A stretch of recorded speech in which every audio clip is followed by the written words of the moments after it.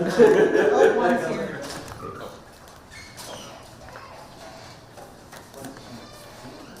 Did you do it? ¿Qué pasó? ¿Qué piensas de lo que te tiene aquí ahorita? ¿Hiciste algo? What happened? ¿Algo que quieras decir? What happened in the situation? Perteneces al Tren de Aragua, ¿cierto? What happened? No es cierto. Eres el comandante. Para tu familia, ¿qué quieres ¿Qué decir? hiciste? No eres del Tren de Aragua. What happened? ¿Qué puedes decirle a tu familia? Te van a ver de todos modos. ¿Qué puedes decir? ¿Qué le dices a tu familia? ¿Y eres miembro del Tren de Aragua? Aquí estás diciendo que eres miembro del Tren de Aragua. ¿Qué puedes decir? ¿Que no es cierto? ¿No eres? ¿Hiciste algo? ¿Qué hiciste? Para Venezuela.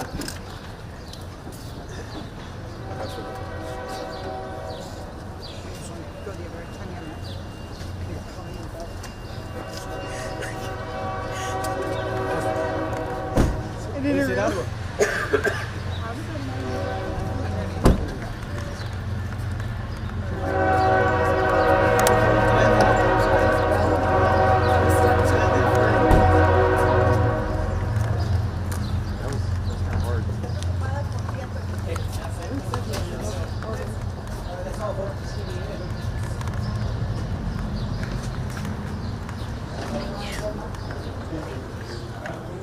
I'm gonna wrap this, but I'm gonna need you to do it on the right hand so it doesn't get funny. Sorry, I was like, I was up to you the whole time. It happened as soon as he came out. I was like, oh.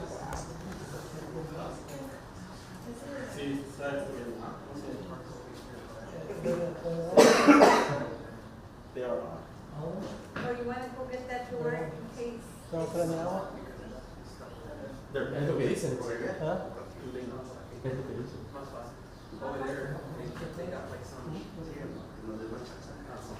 Sí, también. Ajá. Es otra cosa que... We're going, oh, excuse me. Memo, Check the mic. agárralo en la entrada del carro, güey. Tú lo vas a tener de frente.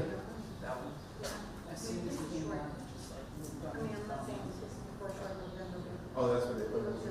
No. We were walking that way, and the mic was like caught on this bell. I moved back next door. Hey, you're smart. I'm gonna copy you. Sandra, Mande. ¿qué dice la información que nos mandaron? ¿Por qué están ellos aquí? Stuck to his belt, and I was What's the identified charge? them. Off the top, I don't have them right now. We have them on the Or Okay. train. And I got- human smuggling, engage in organized crime. Okay.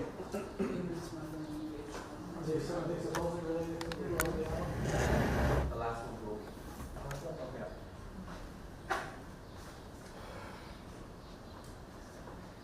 El último estoy dentro de the last one. The last one that everybody says is not this one? It's the last one. Okay. So, dice el último. Justo. Johnny es hombre. No, nada.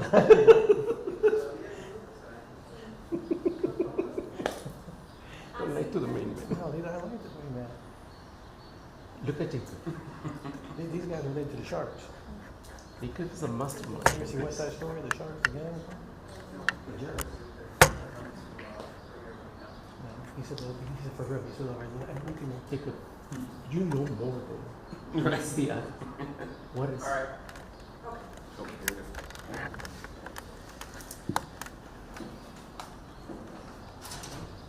Yeah. ¿Algo que quieras decir? ¿Eres miembro del Tren de Aragua? Estás traficando personas. What happened? ¿Qué quiere Estás decir? traficando personas. ¿A dónde? ¿A qué parte? ¿A qué país? ¿Eres de México?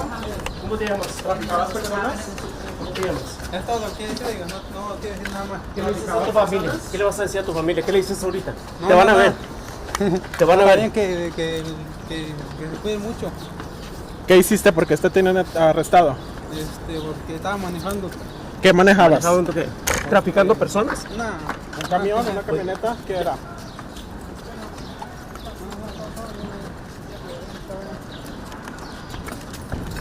¿Qué tipo de actividades? ¿Puede explicar? No. ¿Qué manejabas? ¿Por qué te arrestaron? No me dijeron ni por qué me arrestaron. ¿Está relacionado al tráfico No me humano? han dicho nada, no me han dicho nada, oiga, no me han dicho ¿Qué te nada. dijeron? ¿Qué te dijeron? Además porque traigo un pase. ¿Un ¿Pase qué? Un pasecito. ¿Un qué? Un pase. Nomás es todo, oiga. ¿Algún mensaje para tu familia que te van a ver hoy? No, que se cuiden mucho, que los quiero mucho. Todo. Y que voy para allá, voy para Guanajuato, dígale.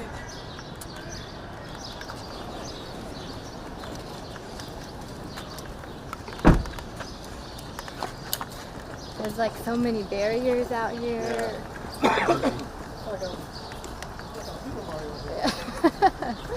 Yeah, we can get the most cold. Balls, railing, tripod, line post, chilling. Sorry guys, at the walk was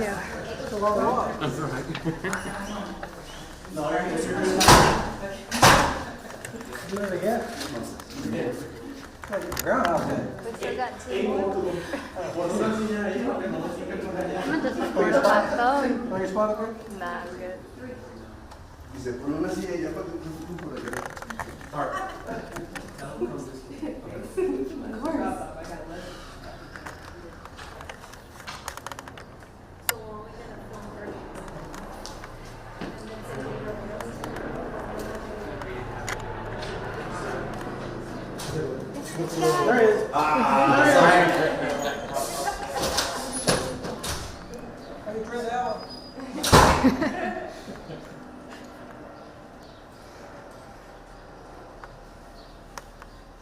Johnny, this guy said he was from Nogalito Street, is that true? Is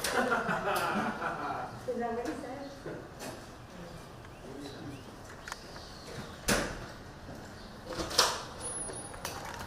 Nogalitos y brazos. Is that what he said? No. Guanajuato. ¿Dónde está Tommy's? Second.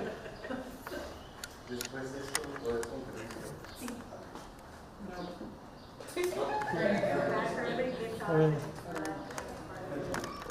Sir, why did you do it? Sir, why did you do it? You from the Tren de Aragua? Those are detectives. That's why they go, oh my gosh, Clemens. I did graduate from Clemens, yes.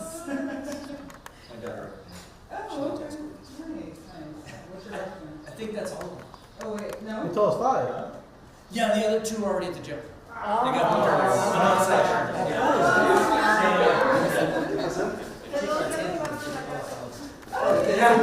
There's 2 in the middle, that was right. Okay, well, she's the little bitty one. But that was 2 of them. She's the one that got her height from her dad. There's only 4. So, there's only 4 there? Uno sacó un mexicano y el otro venezolano. Sí. De los que sacaron ahorita.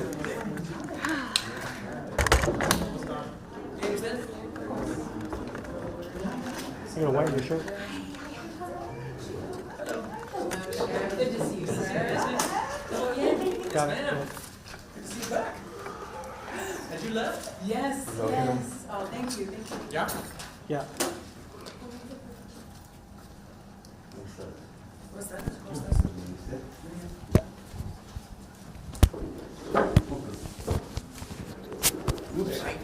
Ahí está. Javier. Sí. Ya había gente preocupada.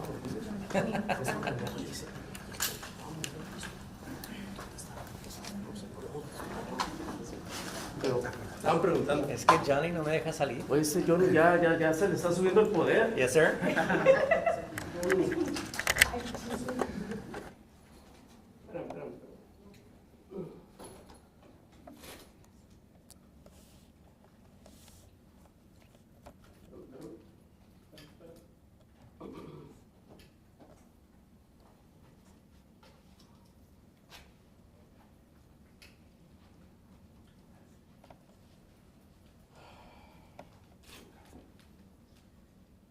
A ver, dame tu número nomás para un mic check. Sheriff Javier Salazar. ¿Otra vez? Sheriff Javier Salazar. Permíteme.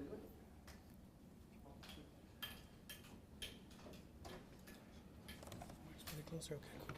We're all good. Dame tu número nomás para un mic check. Sheriff Javier Salazar.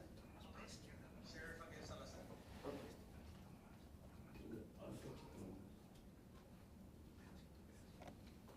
who's controlling this, Johnny? Is everybody ready? Monday? Yes. Okay. Thank you so much for joining us this evening. Sorry about the wait. We were wrapping up some final details on the case. It's a pretty convoluted case, so I'll try to make sense of it for you all the best that I can. I'm Sheriff Javier Salazar with the Bexar County Sheriff's Office, and today we're happy with the results of an investigation that is this is just the latest chapter in an investigation that goes back several years for us. And obviously we want to thank our partners in this case. First off, the Bexar County Sheriff's Office Human Exploitation Unit out of our Organized Crime Division is who's responsible for this case, but none of this would be possible without an ongoing partnership that we've had for several years now with the Laredo sector of Border Patrol Intel that helped us out with this case and the events leading up to it. What we have today is several arrests that were made pursuant to a human smuggling investigation of a human smuggling ring with definite ties to transnational criminal organizations based out of Mexico. But also several of the suspects in this case have what we believe to be ties to the notorious Tren de Aragua, which has become the subject of a lot of media coverage, both regionally and nationally, well, worldwide coverage really.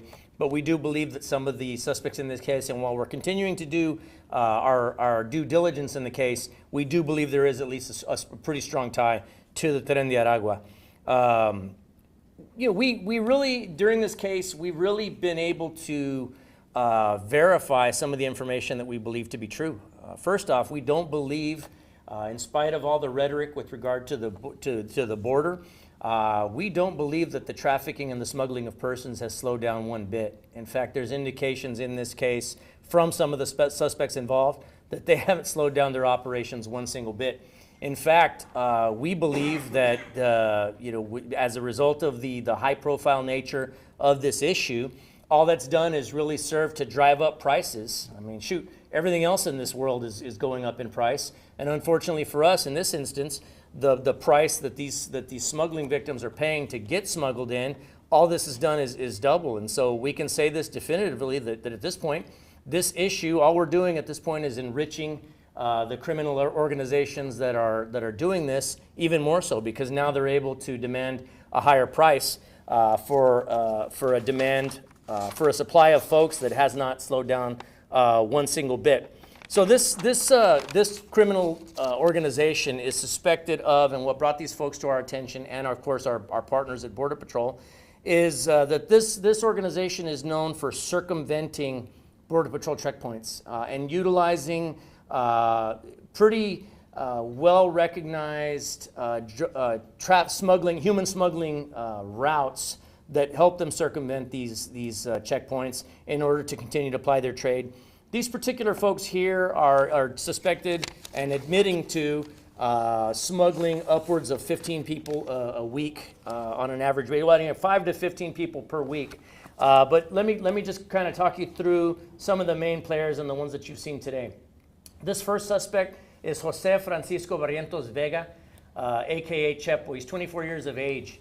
His charges today are engaging in organized criminal activity, smuggling of persons. He is currently in the U.S. without legal status. He is a Mexican citizen. Next suspect, Mary Lou Tula, a.k.a. Maria Chofer, 49 years of age, engaging in organized criminal activity, smuggling of persons, and operating a stash house. Now, I believe that she is a U.S. citizen, if I'm not mistaken. Tula is a U.S. citizen. Next one. This is a video of her that you'll see walking out. I believe we've got the audio muted. You all will get the full audio. She was walked out earlier today because she got unruly with us. As you can tell, she's got a horrible attitude and a vocabulary to match. And so, unfortunately, the one that we'll be sending you later to your desk it's not bleeped out. So I will warn you all before you air it that it does have some very strong language in it that may be shocking to some of your viewers. And she had some choice hand gestures for our deputies as well as she was being walked out.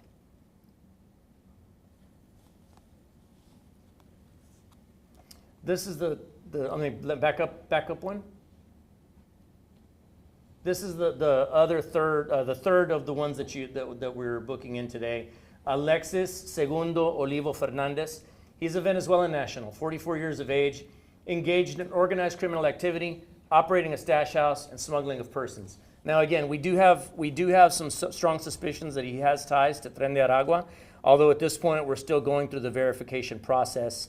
And not that that makes any difference as far as his charges, but of course, should our federal partners decide to pick this up later, that may come into play. But as of now, all those three that we've just shown are being booked into the Bexar County Jail as we speak. The next two suspects, Brandon Herman Juarez, 25 years of age, charge of possession of narcotics, 400 to 400 grams. And then the next one, Brian Jordan Suarez, 19 years of age. These are both U.S. citizens, I should add, also charged with possession of narcotics. Now, these suspects here, and I'll go back and I'll talk you through what started today's events. These two suspects just happened to be at one of the locations and were in possession of narcotics. So those are on-site charges that these two suspects face. There is a sixth suspect that I'm not at liberty to name him just at this point. We do believe that he is also a member of TDA. We do not have local charges on him at this time, but at this point, I believe Border Patrol Intel will be taking possession of that suspect, and they'll do whatever their process is at this point, being that we believe that he's got ties to Tren de Aragua. But this case, as I mentioned, goes back to at least 2023. These folks have associations with organizations that are responsible for upwards. We're at upwards of $1 million in seized cash from these organizations that these folks have ties to. So again, this is something that we've been working for quite some time. But this case in particular that led to these charges today goes back to April. We conducted a series of operations with Border Patrol Intel where these folks were circumventing checkpoints, Border Patrol checkpoints, as I mentioned, and we're in the process of actively smuggling folks into the country. They were placed on our radar during that time frame. We continued to work the cases up, and then this morning we actually executed members of our organized crime group, along with uniformed members of our gang unit, executed warrants, search warrants simultaneously at 3747 West Avenue and 219 Oriole. The suspects, Vega was found at 219 Oriole. Tula and Olivo, I believe, were found in a traffic stop in the 2900 block of West Avenue shortly before the warrant was executed at that residence. They were on the way to the beach. They were going on vacation at the time that we stopped them and placed them under arrest pursuant to those warrants. But as I mentioned, they will all be booked into the Bexar County Jail here in just a few moments. Esta mañana nosotros ejecutamos dos órdenes de cateo en dos casas, en un apartamento en 3747 West Avenue y una casa en 219 Oriole en la ciudad de San Antonio. Nosotros arrestamos estos 5 sospechosos. Los 3 anteriores, Vega, Tula y Olivo, fueron arrestados por varios delitos de traficando en seres humanos o contrabando en seres humanos, dispense. Los 2 otros sospechosos, los 2 hermanos Suárez, ellos se enfrentan con cargos de drogas que ellos tenían en sus personas. Estos 5 sospechosos, nosotros pensamos que están involucrados con organizaciones de crimen organizada que están conectadas a México, pero también sospechamos que 2 de estos sospechosos involucrados en este caso son posibles miembros del Tren de Aragua, que ellos son, los 2 sospechosos son ciudadanos de Venezuela, y nosotros pensamos por algunos de los tatuajes que ellos tienen puestos que son miembros del Tren de Aragua, pero ahorita tenemos que verificar eso. Esta operación viene gracias a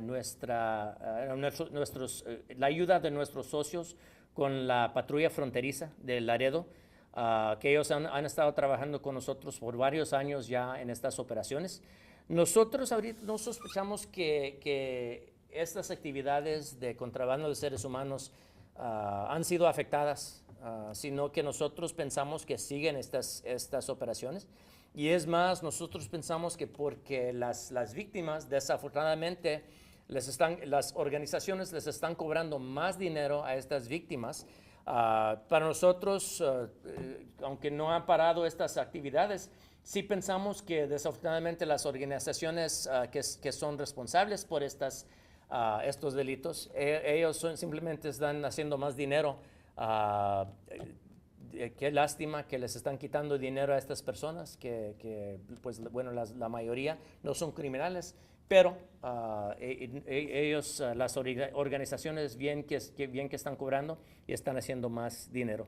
Any questions? Based on what you said at the beginning, do you believe the Trump administration is directly responsible for an increase in human smuggling? Well, I don't know that the Trump administration is responsible for anything other than the fact that, well, I don't believe that there's been a measurable effect on this smuggling operation. All I do know is that because of the increased activity and the increased attention, I believe that that's what's directly responsible for driving up the price. And so I certainly believe that because of all the attention that it's gotten, certainly these criminal organizations, based upon the intelligence that we're developing, is charging more for continuing to conduct these activities. So I don't believe things have slowed down one bit. And again, all I believe is that these folks are just getting richer off the attention that this topic has gotten. Sheriff, el hecho de que exista la posibilidad de que dos de los detenidos sean parte, aparentemente, de la organización Tren de Aragua, ¿qué nos dice a nivel local? ¿Te preocupa que haya más personas afiliadas con esta pandilla? Bueno, nosotros, de lo que yo sé de esta pandilla de Tren de Aragua, la manera que ellos hacen el negocio es que ellos entran a una ciudad, entran a una región, y en vez de empezar problemas con otras pandillas, ellos se unen con las pandillas, se juntan, empiezan a trabajar juntas las organizaciones, y es lo que estamos viendo aquí. Estos pandilleros de Tren de Aragua, o se sospechan que se aprende que están trabajando con gentes que son ciudadanos americanos, que son de México y que están involucrados con los carteles en México. Entonces, eso soporta la información que nosotros ya tenemos, que todas estas organizaciones se juntan y empiezan a trabajar juntos. When you went to those two locations, West Avenue and Oriole, what did your investigators find? Were there any human beings inside either of these residences? Today, we have not recovered any victims of the smuggling. In this instance, just developing the intel and based upon some of the more common methods that we've seen these people do, that's where we're able to pretty definitively link them to these smuggling activities. But to be clear, no, we don't have any actual victims detained today. Did any of them explicitly say that they were involved with TDA? No, of course, another one of the common tactics by TDA is they're very, very evasive on how they get or their membership or their involvement. Of course, everybody plays innocent. Everybody plays Babe Lost in the Woods. No, I just happen to like crown tattoos. I just happen to like Michael Jordan tattoos. I just happen to like Nike symbols. But here among us, those of us that have the training and the work in this field, we know what those things mean. Could it absolutely mean that this is just a Chicago Bulls fan from Venezuela? Absolutely, I guess it could. But when you take all of these things into consideration, the presence of the tattoos, and by the way, involvement in human smuggling, that leans us more toward actual criminal activity than innocent activity. ¿Qué me puedes decir de esta persona que está aquí en esta fotografía? José Francisco. José Francisco Vega es de México, él, y nosotros pensamos que él está involucrado con organizaciones de México que están trabajando en este contrabando de seres humanos, y pues realmente que él está trabajando juntos con estos dos sospechosos que nosotros sospechamos que son miembros del Tren de Aragua. What is the difference that you have seen, Sheriff, between the Tren de Aragua and maybe other criminal organizations we have in San Antonio? Is there something particular that sets them apart? Look, I mean, everything that I've heard and seen about Tren de Aragua is that their business model, for lack of a better term, runs counter to what you might suspect, right? Those of us, I've been in law enforcement for over 3 decades. I know I don't look it, by the way, but I've been in law enforcement for over 3 decades, and it would stand to reason anyway to those of us that have been doing this a while is that a new gang comes to town, there's going to be trouble. Other native gangs are not going to take too kindly to these guys encroaching upon their turf and certainly their business of smuggling of humans. But quite the opposite. When I first heard that this is their business model, their way of doing things, was they would come in and link up with other gangs. They would link up with members of Mexican drug cartels, and the organizations would work together. I completely didn't believe that. But here we're actually seeing evidence where that has occurred. These folks seem to be working together in harmony, obviously in the interest of the almighty dollar is what they're after. But again, yeah, their business model seems to be that they link up and that they're looking to spread their network. And that's exactly what these folks are doing. Sheriff, ¿y qué me puedes decir de Alexis Segundo Olivo, de que está aquí ahorita aquí? Alexis Segundo, él es de Venezuela. Y nosotros, por evidencia que nosotros tenemos en este caso, nosotros sospechamos que él es miembro de Tren de Aragua. Aunque todavía tenemos que verificar eso y trabajar con nuestros socios federales para poder averiguar eso 100%, nosotros ahorita es lo que nosotros sospechamos. ¿Este hombre estaba viviendo aquí en San Antonio? Este hombre está viviendo aquí en San Antonio en West Avenue, 3747 West Avenue. Can you answer both of those in English and? Sure. What he was asking what I know about Alexis Segundo Olivo Fernandez. What we believe is that he is a member of TDA. Okay. At this point, we're still going through the verification process. As I mentioned, these folks they never readily admit that they're members of TDA. But we have to look at the presence of any tattoos that they might have on their person, what kind of activities they were involved in at the time that they were arrested. And again, the presence of the tattoos in and of itself might be innocent in nature.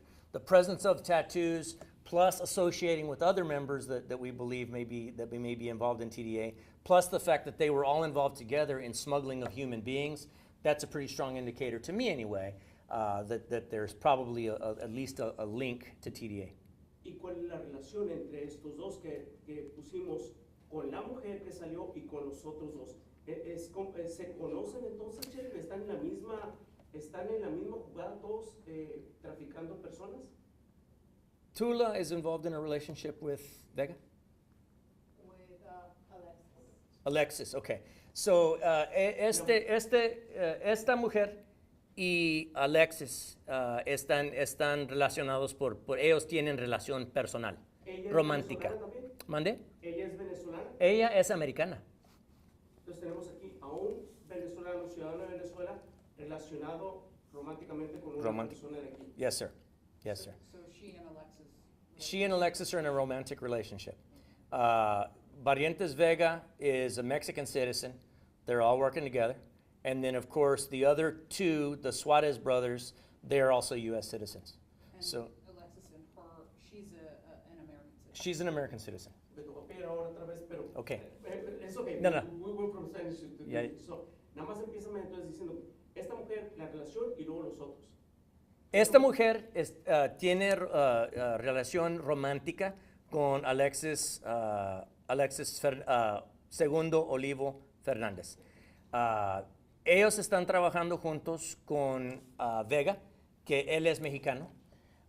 También están trabajando juntos con Brandon Suárez y Brian Suárez, que también son americanos.